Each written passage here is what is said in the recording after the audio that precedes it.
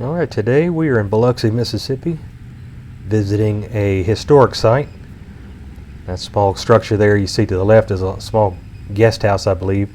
But that house, the larger one there, that is Beauvoir. That was the home of Jefferson Davis at the end of his life. He had moved in here after the Civil War was over, and if you're not familiar with Jefferson Davis, he was the president of the Confederacy during the Civil War. Now this house, he had made one of 3 payments to purchase it, and the lady he was buying it from passed away, and in her will she willed it to Jefferson Davis, and it went to him. After the death of Jefferson Davis in 1889, I believe, it went to his daughter.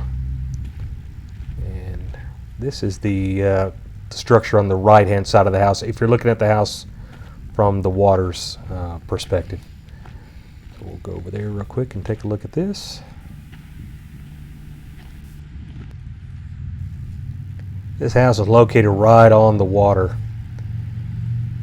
There's the Gulf of Mexico to the right there. Several years back, when Hurricane Katrina rolled through this area, it severely damaged this property, but it's been nicely restored since. And you can hardly tell anything ever happened to it. Alright, we are on the front porch now, and this porch wraps around both sides and then it goes across the front. So it's a nice porch where you can, depending on what time of day it is, get out of the sun on one side or the other.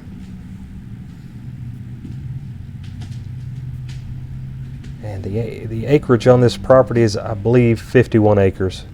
I'm going to try to tell you as accurately as I can, but I might miss a few facts or get a few things wrong. If I do, just let me know in the comments. That happens from time to time when you get older and you don't quite remember everything. And they have a tour guide that's going to give a presentation in a few minutes, and we're going to go inside and try to catch that. We'll take a peek around the porch here while we're waiting for that to start. If you look there, you can see the Gulf of Mexico and see how close we are to the water line.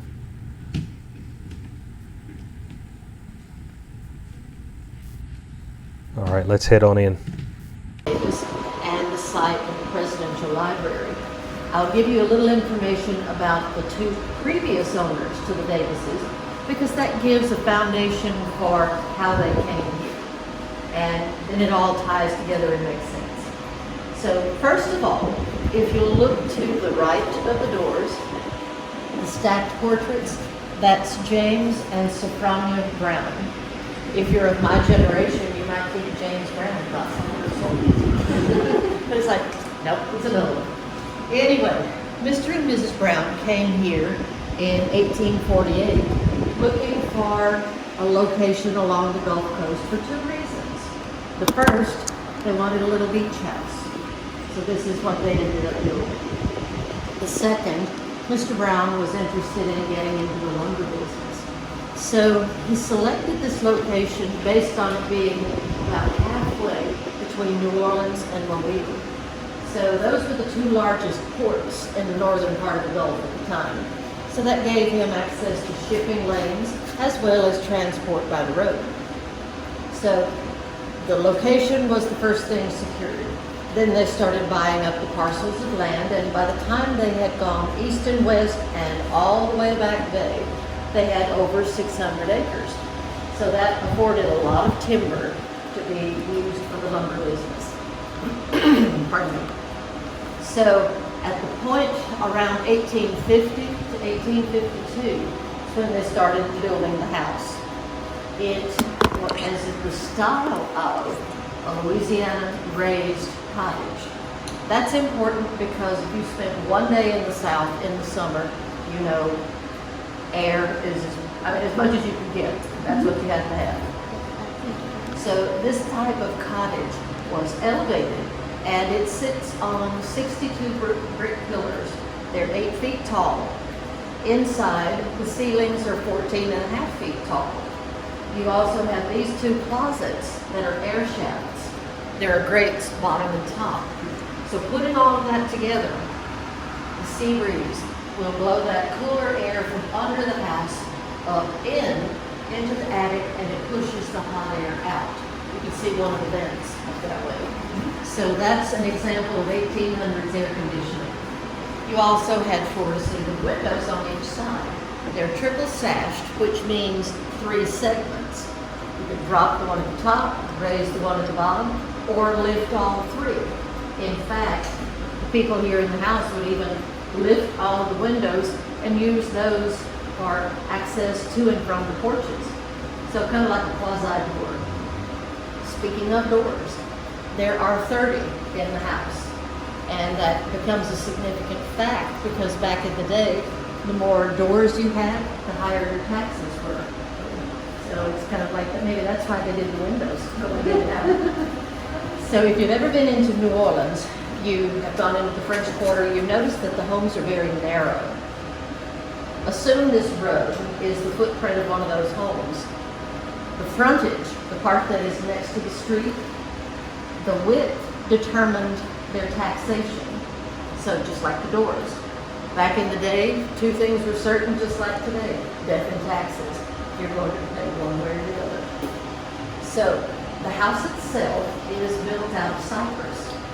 The cypress tree grows in the water, so therefore it's not going to be hard in a damp climate. Also, I've heard that termites don't really care for it, so 2 good reasons. And like on Antiques Roadshow, they talk about the patina of something. Well, the patina of the floor comes from coat after coat of linseed oil. So over the years, there was so much here that when Katrina flooded the house, all that had to be done was to clean the floors that preserved the wood with all of that oil on it. So that brings us to the location, the style house, and what it's constructed. Now, I mentioned to you about the doors. Those are painted to look like oak, but they're actually made of cypress. You've heard the expression before. That was done with a fine-tooth comb. That's how the graining was put in the wood, with that comb. The whorls were done with a turkey feather. So, a pretty clever way to get some of the Now, as far as the layout of the house, it's a very simple floor plan. 9 rooms. You have the reception hall, 2 parlors, 2 bedrooms, and then a wing on each side for 2 more bedrooms and 2 dining rooms. When you were coming from the main building, you passed a little white building in the back. That was the kitchen. Even up into the beginning of the 1900s, kitchens were always separate from the home. First of all, because it would have been just oppressive with the heat cooking in the house. Secondly, if it caught fire, it's easier to rebuild one thing than the whole house. So that's why it was separated. The Browns were here from 1848 as owners of the land, but the house from 1850 forward. They were here for about 25 years along with their 13 children. And I've often thought by the end of the day, that must have been a wild place. So they had 4 girls, 9 boys. The girls probably stayed in these 2 bedrooms. The 9 boys slept in hammocks under the house. This was never considered anything other than a summer home. So it would have been like camping on the beach all summer. They would string the hammocks from one of those pillars to the other. Well set up. Now I figure there was probably a little bit of a drawback for the kids because this cottage over here was their schoolhouse. So they had summer school. Yuck. So I don't know if that was the custom of the day, go year round, or if it's just something that the Browns chose to do. This cottage that is over on that side of the house was for an itinerant Methodist minister. He would have been like a circuit rider going from church to church. So he stayed there in the evenings. So after the Browns were here for about a 25-year time frame, he passed away and she sold the house at auction. It sold for $3,000. So most likely it covered taxes field in the estate. The person who bought it would have been sort of like a house flipper today. He bought it for $3,000, kept it for 3 months, and sold it for $3,500. So as far as the history of the home, he was not really a big factor. But he sold to Samuel and Sarah Dorsey. They were from Natchez.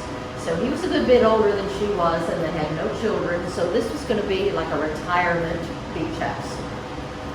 After a couple of years, he passed away. But they had bought the home in 1873. So in 1877, she heard that the Davises were coming back to the United States, back to Mississippi, and looking for a place to live along the coastline. After the war, he was arrested and put in prison for 2 years. He was housed at Fort Monroe, Virginia, and he also lost his citizenship. So this explains why they were looking for a place to rent. Ownership would have been a difficult thing. So she reached out to them and rented this little cottage over here, the one that was the schoolhouse. They lived there for 2 years, and their rent was $50 a month. So during that time, he wrote The Rise and Fall of the Confederate Government. That would have been his memoirs. So once you're able to move around and start looking, his portrait is over the fireplace in the formal parlor. That was painted when he was 79, given to him when he was 81. A little later that same year, when he was 81, he passed away. He had been, pardon me, he had been in New Orleans in the Garden District at his doctor's home, and he had a severe case of bronchitis at the time. He only lasted another couple of weeks, and for the first 2 years, he was buried in the cemetery in Metairie. At that time, he was disinterred and moved to Hollywood Cemetery in Richmond. So he had his final resting place there, and in later years, the rest of his family was there too. But winding back to 77, they were here as renters for those 2 years. In 1879, Miss Dorsey offered to sell Beauvoir to the Davises.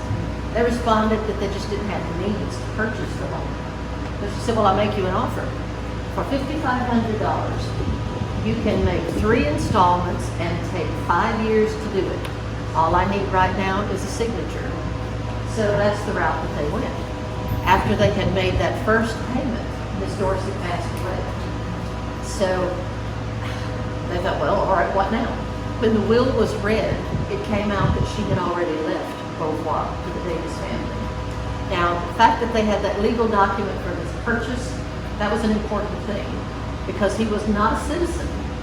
She had it sold to Jefferson Davis and a family member. So there was another owner in with him on that deed. So that's how they were able to get around it. In addition, when the will was read, it came out that she not only left Beauvoir to them, but all her other property and assets in Mississippi, Louisiana, Arkansas, everything. Because she had no children, she made the Davises her sole heirs. So they inherited it all. And I'm sure all of you have, if you haven't experienced it, you've at least heard of it. When somebody with a little money passes away, the relatives crawl out of the window. Hers were no different. They tried to overturn the will. They even took it to court, but it was rock solid. And she even left a note in her will to those relatives.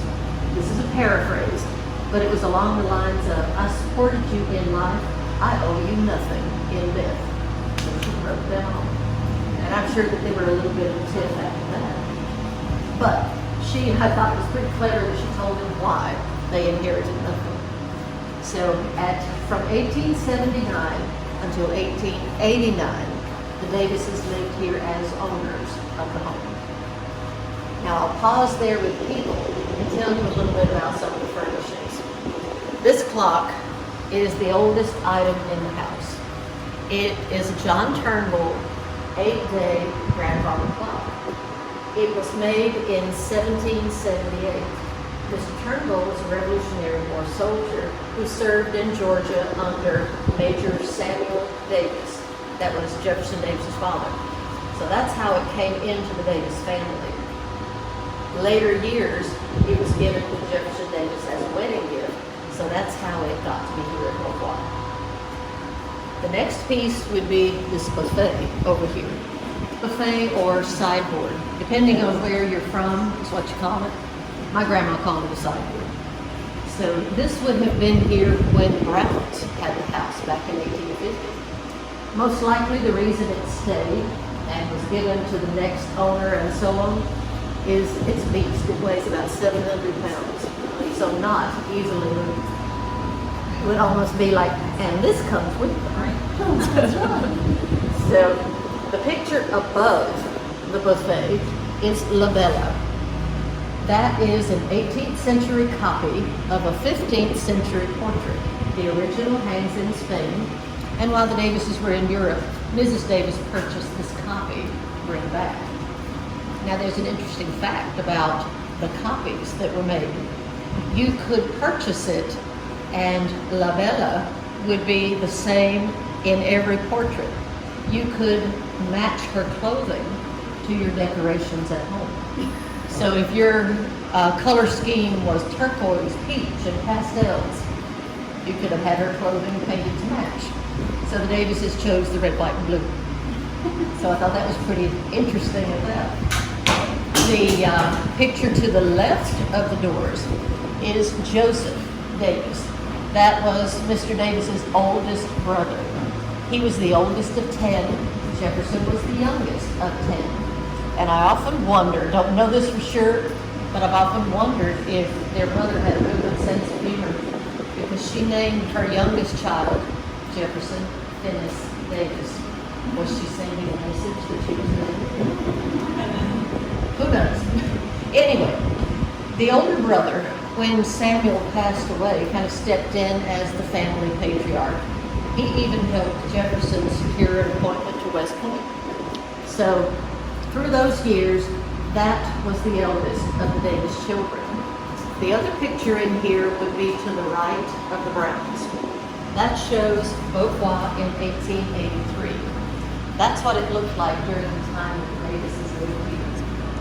You'll notice there is no beach, there is no highway.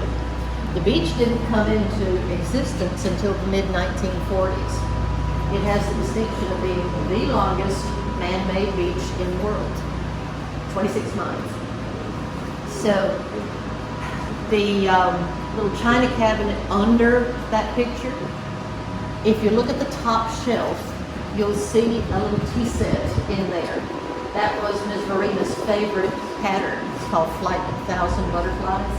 If you look at the little cups, the handles are butterfly wings. I would have been fearful to snap it in two. Plus, in the little Demitasse cups, that's not enough coffee to start. You need a more. Now, these two rooms in here, parlors, formal and library. If there was a function here at the home, you'd have ladies and gentlemen come in here for the evening. Whatever the entertainment would have been, whether it's conversation, musical instruments being played, whatever. And at a certain point, the gentlemen would have excused themselves, gone into the library, and closed the pocket doors.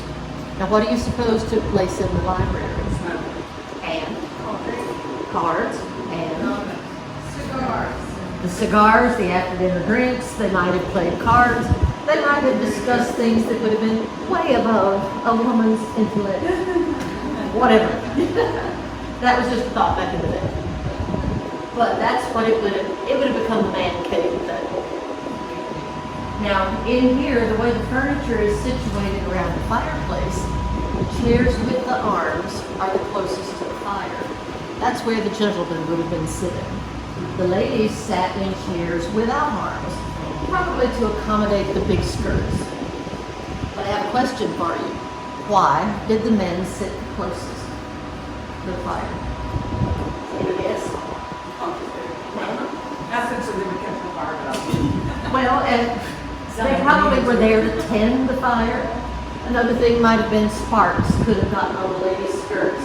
But there's even another reason.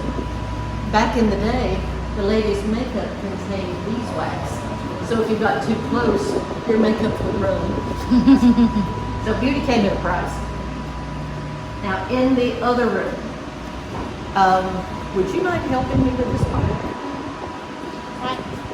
Okay, come this way. Let's say that you were the young lady at the home that lived here.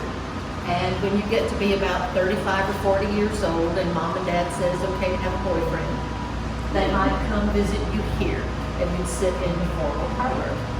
Mom and dad might be over in the library, making it seem like there was some privacy. But if you look over the mirror over the fireplace, the way that it's curved, everything is visible. So there was no privacy. That's called a chaperone's mirror. And for the dads in the room, they're still sold on eBay. So the other thing in that room is the bookcases. Prior to the Civil War, Mr. Davis was an American statesman. He had a career at West Point. He was a congressman, a senator, a secretary of war, and even one of the founding fathers of the Smithsonian. So he spent a lot of years in Washington. While he was there, he very much admired the bookcases in the Library of Congress. So he wanted that same style here. The only difference was the addition of that red fabric. Now these windows and doors would have been open, so salt air and dust would have been in the house. That was a barrier to protect the books. Now in later years, the veterans, when they lived here, numbered those bookcases 1 through 10. It was supposed to mirror the Dewey Decimal System, 100 through 900. But that's a problem. There is no 10 associated with the Dewey Decimal System. So what was in cabinet number 10? Think man cave. Guns. Could have been. The liquor cabinet. That little narrow door right in the corner was where they had such items as the after dinner rooms. So it was just very discreetly tucked in the corner. Now on this side of the home, you have 2 bedrooms. In later years, they would have been set up as memorials to their 2 daughters. The Davises had 6 children, 4 boys and 2 girls, but none of the boys lived past their early 20s. It was either through infant mortality, accidental death, or disease. So they had just the 2 daughters. Margaret was the eldest, and on your pamphlets, this cottage out that side is listed as the Hayes Cottage. She and her family lived in Colorado Springs, so they would have come to visit and stay there. Winnie was the youngest, and she's the only child that lived here with them at Beauvoir. She was the one who played the harp and the piano. This piano is a placeholder. Hers was damaged in Katrina, so it's up in the museum. But this is the same maker, same model, same time frame. It's a Kanabe 1840s coffin style piano. The only difference is mahogany versus rosewood. So until it can be refurbished, this one is a placeholder. So over here, this one has ceiling damage. Some of the plaster has been falling, so for safety reasons, that's why it's closed off. But the picture shows what Winnie's furniture would have looked like. Now, the furniture that used to be in the Hayes Cottage has been moved into the memorial room for Margaret. The Hayes Cottage now is like a B&B or a hotel room that can be rented out.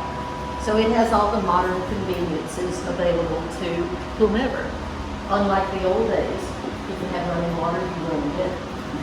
So it's a modern room. I think it rents for $125 a night. So compared to the prices up and down the beach, not bad. So over in Margaret's room, her bedroom furniture was a gift from her parents when she married. It's Eastlake as far as the style. The portrait above the fireplace was Mr. Davis's mother. The 2 portraits that are in front of the doll bed would be Margaret and her husband when they married.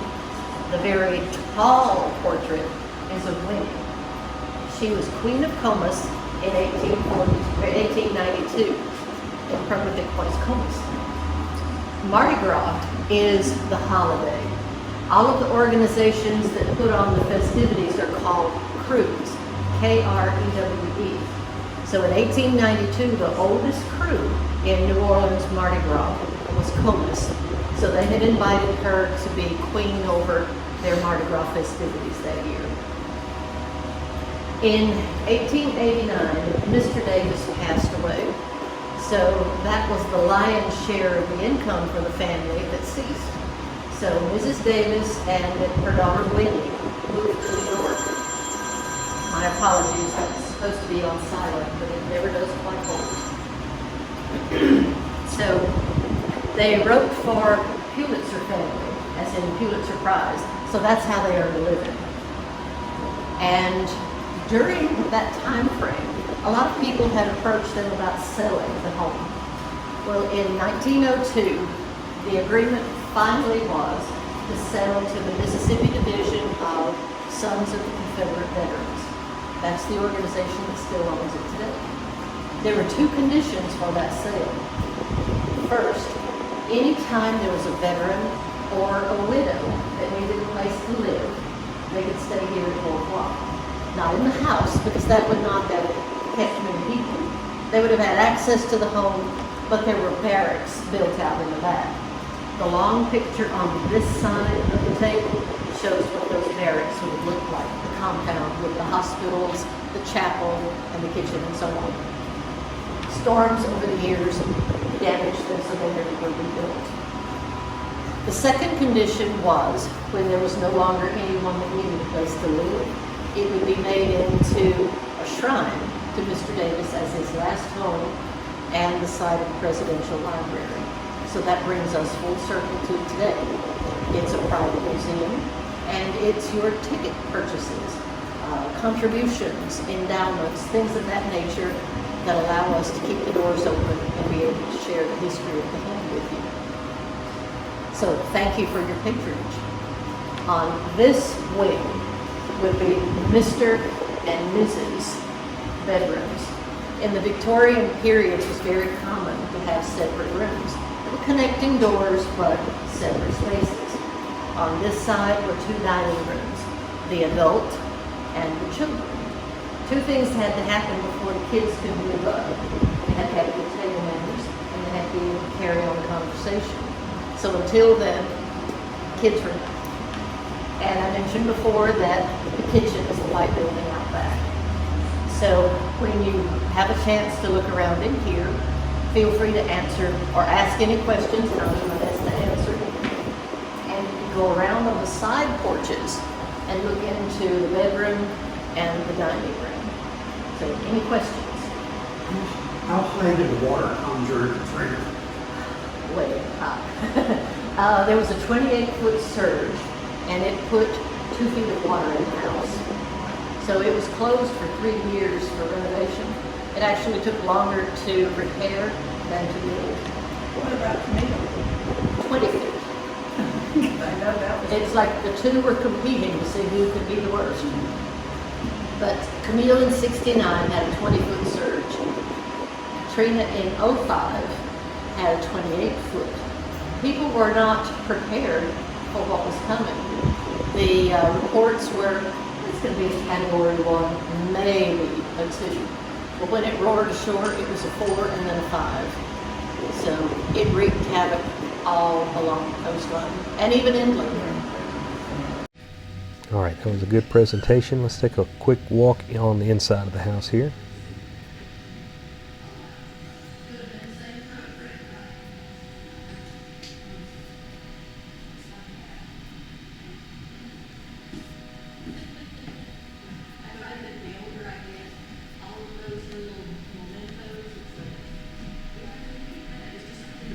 And the original piano was damaged in the Hurricane Katrina, and it's in the museum now, according to the guide.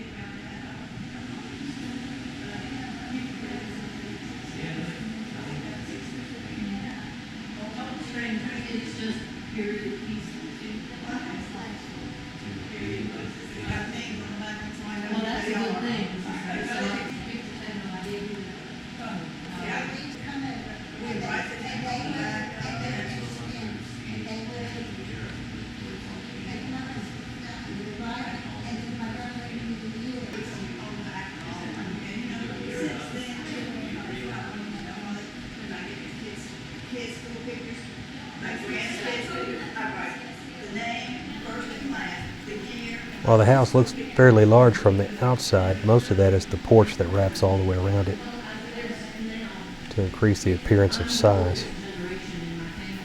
If you're interested in seeing this historic location, it is on the coastline in Biloxi, Mississippi.